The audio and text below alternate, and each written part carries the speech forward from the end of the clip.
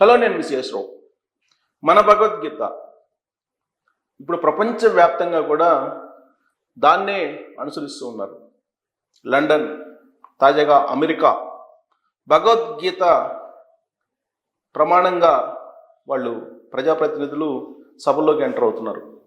తాజాగా కశ్యప్ పటేల్ అక్కడ అమెరికాకి FBI federal bureau of investigation, భారతదేశానికి CBI అలాంటిదో అమెరికాకి FBI అలాంటిది, అలాంటి పవర్ఫుల్ ఇన్వెస్టిగేషన్ సంస్థకి డైరెక్టర్గా కశ్యప్ పటేల్ నియమితులయ్యారు. ఆయన మూలాలు గుజరాత్ మూలాలు ఉన్నటువంటి కశ్యప్ పటేల్ని ట్రంప్ ప్రభుత్వంలో FBI డైరెక్టర్గా బాధ్యతలు స్వీకరించారు. FBI అంటే పవర్ఫుల్ ఇన్వెస్టిగేషన్ ఏజెన్సీ అమెరికా. ప్రపంచవ్యాప్తంగా కూడా FBIని ఆదర్శంగా తీసుకుంటూ ఉంటాయి.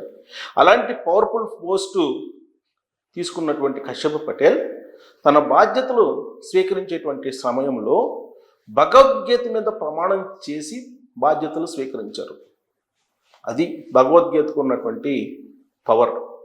మన ప్రవచనకర్తలు చాలా సందర్భాల్లో చెప్తున్నారు, మన ఆధ్యాత్మికవేత్తలు కూడా చాలా సందర్భాల్లో చెప్తున్నారు, ప్రతి సమస్యకు భగవద్గీతలో పరిష్కారం ఉంది. భగవద్గీతను ఆశాంతము చదివి అధ్యయనం చేసుకుంటే జీవితంలో ఎలాంటి సమస్యనైనా అవలీలగా మనం అధిగమించవచ్చు అని చెప్పి చెప్తూ ఉంటారు. కానీ భగవద్గీతను చదివేటువంటి వాళ్ళు తక్కువైపోయారు. ఇప్పుడు దురదృష్టం ఏంటంటే భగవద్గీత వినిపించింది అని అంటే అక్కడేదో చావు ఉంది. మరణించినటువంటి సందర్భంలో భగవద్గీత పెట్టినటువంటి సందర్భాలు అనేకం ఉన్నాయి. చనిపోయినప్పుడు, మరణించినప్పుడు పెట్టేటువంటి భగవద్గీత శ్లోకాలు అనేలాగా ఒక భావం వెళ్ళిపోయింది. ఇప్పుడిప్పుడే ఆ భావం నుంచి బయటపడుతుంది భారత సమాజంలో కొంతమంది మాత్రమే సంస్కృతం ప్రవేశం ఉన్నటువంటి వాళ్ళు, అలాగే పాండిత్యం తెలిసినటువంటి వాళ్ళు, వీళ్ళకి మాత్రమే దగ్గరగా ఉంది భగవద్గీత. అందుకే ఇప్పుడు భగవద్గీతని ప్రతి వాళ్ళు చదవాలి అని చెప్పి చెప్తున్నారు. భగవద్గీతని జాతీయ గ్రంథంగా ప్రకటించాలనే డిమాండ్ కూడా ఉంది. సో దాని మీద కూడా రకరకాలుగా విమర్శలు, ఆరోపణలు ఉన్నాయి. పాఠ్యాంశాలుగా చేర్చాలి భారతదేశంలో అనేటువంటి ఆలోచన కూడా ఇప్పుడున్నటువంటి ప్రభుత్వం చేస్తూ ఉంది. దీన్ని కూడా మతం రంగుల్లోనే చూస్తూ ఉన్నారు. మరి భారతదేశంలోనేమో భగవద్గీత మీద భిన్నమైనటువంటి అభిప్రాయాలని ప్రజల మీద రుద్దుతూ ఉన్నారు. ఇక్కడ ఉండేటువంటి రాజకీయ పార్టీలు కానీ, ఇక్కడ ఉండేటువంటి కొన్ని వ్యవస్థలు కానీ విదేశాల్లో బైబిల్ నమ్మేటువంటి అమెరికా ప్రభుత్వంలో కీలకమైనటువంటి వాళ్ళు భగవద్గీత మీద ప్రమాణం చేసి బాధ్యతలు స్వీకరిస్తున్నారని అంటే భగవద్గీతకు ఉన్నటువంటి ప్రామాణికత ఏంటి అనేది అది చూసి మనం తెలుసుకోవచ్చు. అలాగే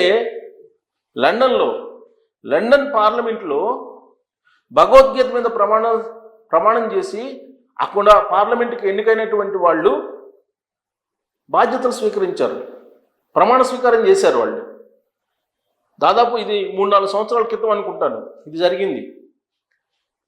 సో కాబట్టి ప్రపంచ దేశాల్లో బైబిల్ని బాగా నమ్మేటువంటి వాళ్ళు అమెరికన్స్, అలాగే UK సంబంధించినటువంటి వాళ్ళు కూడా భగవద్గీతని ప్రామాణికంగా తీసుకొని దాని మీద ప్రమాణం చేస్తూ పదవులు తీసుకుంటున్నారు, పదవుల్ని స్వీకరిస్తున్నారు.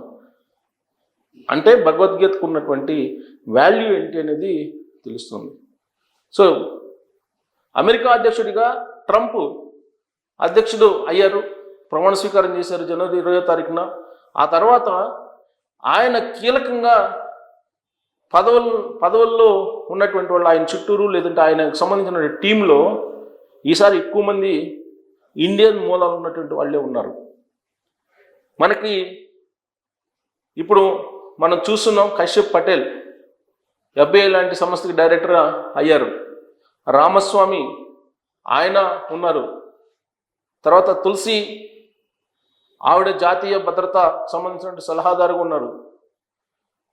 ఇలాంటి వాళ్ళందరూ కూడా ఇప్పుడు ట్రంప్కి సలహాలు ఇచ్చేటువంటి వాళ్ళ జాబితాలో ఉన్నారు. వాళ్ళే కీ రోల్ పోషిస్తూ ఉన్నారు. మరి ఇలాంటి సందర్భంలో ట్రంప్ గుడ్డిగా కొన్ని నిర్ణయాలు తీసుకున్నప్పటికీ కూడా, ఎగ్జిక్యూటివ్ ఆర్డర్స్ ఇచ్చినప్పటికీ కూడా అవి తాత్కాలికమే, అవి అక్కడ ఉన్నటువంటి ఫెడరల్ సిస్టమ్కి అనుగుణంగా నిలబడేవి కావు అని చెప్పి అక్కడున్నటువంటి న్యాయ కోవిదులు చెప్తున్నటువంటి మాట. మరి FBI సంబంధించినటువంటి కశ్యప్ పటేల్ డైరెక్టర్గా బాధ్యతలు స్వీకరించి భగవద్గీత మీద ప్రమాణం చేసి బాధ్యతలు స్వీకరించినటువంటి సందర్భంగా భారతీయులందరూ భగవద్గీత యొక్క విలువ ఏంటి అనేది ఇప్పుడు మరో కోణం నుంచి ఆలోచిస్తున్నారు. వైట్ హౌస్లో ఇది జరిగింది, ప్రమాణ స్వీకారం కూడా. కాశ్యప్ భార్య పిల్లలు కూడా దీనికి అటెండ్ అయ్యారు. డొనాల్డ్ ట్రంప్ కూడా అక్కడే ఉన్నారు.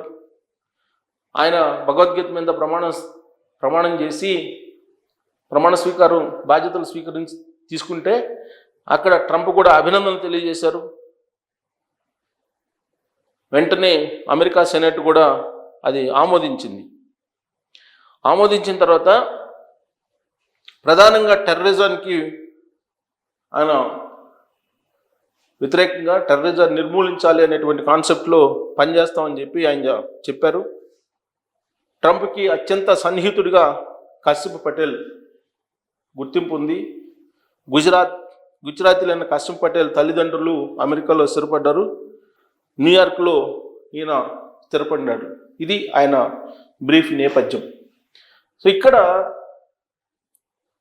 భారత్ యొక్క ప్రతిష్ట నరేంద్ర మోడీ గారు విదేశాంగ విధానం ద్వారా పెరుగుతుంది అని చెప్పి మనం నరేంద్ర మోడీ గారికి ఇటీవల అమెరికా వెళ్ళినప్పుడు ట్రంప్ ఇచ్చినటువంటి మర్యాదనే ఒక బెంచ్ మార్క్గా తీసుకోవచ్చు. అమెరికా అగ్రదేశం, దాని అధ్యక్షుడు ట్రంప్, ఆయనే కుర్చీని వేసి నరేంద్ర మోడీ గారిని కూర్చోబెట్టి సాదరంగా మర్యాదలు చేశారు. అలాగే గతంలో కూడా హౌడీ మోడీ అంటూ పెద్ద సభను పెట్టారు అక్కడ అమెరికాలో. ట్రంప్ అలాగే మోడీ ఇద్దరు కలిసి ఒక ఫుట్బాల్ స్టేడియంలో కొన్ని లక్షల మంది సమక్షంలో వాళ్ళిద్దరూ అప్పట్లో ఎన్నికల ప్రచారంలో కూడా పాల్గొన్నారు. ఆ తర్వాత కూడా వాళ్ళిద్దరి మధ్య స్నేహభావం ఉంది. ఇప్పుడు ప్రపంచవ్యాప్తంగా నెలకొన్నటువంటి పరిస్థితుల దృష్ట్యా నరేంద్ర మోడీ గారికి వీలున్నంత వరకు ట్రంప్ ప్రాధాన్యత ఇస్తున్నారని చెప్పి చెప్పవచ్చు. కాతే రెసిప్రోకల్గా ఈ ఇంపోర్ట్ డ్యూటీస్ ఉంటాయని చెప్పి నిష్పక్షపాతంగా నిర్దాక్షిణ్యంగా చెప్పినప్పటికీ ట్రంప్ కొన్ని విషయాల్లో కొన్ని సడలింపులు భారతీయులకు ఉంటాయి, ఎన్ఆర్ఐలకు అక్కడ, అలాగే భారతదేశానికి ఉంటుంది. ద్వైపాక్షిక వాణిజ్య సంబంధాలు మళ్ళీ బలపడతాయనేటువంటి ఒక అభిప్రాయం ఉంది. దానికి తగ్గట్టు ఉగ్రవాదాన్ని నిర్మూలించడానికి భారతదేశం ఎప్పుడు ముందుంటుంది. ఇప్పుడు FBI కాశ్యప్ పటేల్ డైరెక్టర్ అయ్యారు కాబట్టి భారతదేశంలో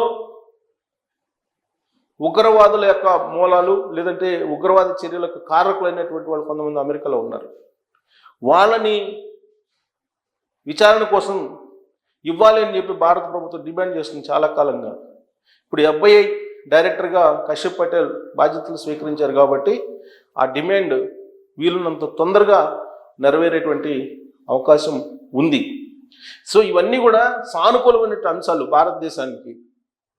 సో భారతదేశానికి భగవద్గీత ఇచ్చినటువంటి సారాంశం ఏదైతే ఉందో అది చాలా విలువైనది. దాన్ని ప్రపంచవ్యాప్తంగా ఇప్పుడు క్రమంగా అనుసరిస్తున్నటువంటి పరిస్థితులు కశ్యప్ పటేల్ రూపంలో మనకు కనిపిస్తున్నాయని చెప్పి భావించడానికి అవకాశం ఉంది. సో భగవద్గీతను మనకంటే ఇతర దేశాలు గౌరవించడానికి కానీ దాంట్లో ఉన్నటువంటి అంశాలని ఆచరణ రూపంలో తీసుకుపోవడానికి కానీ కారణాలు ఏంటి? మన దేశంలో భగవద్గీతను పాఠ్యాంశంగా చేయాల్సినటువంటి అవసరం ఉందా అనే దాని మీద మీరు మీ అభిప్రాయం తెలియజేయచ్చు.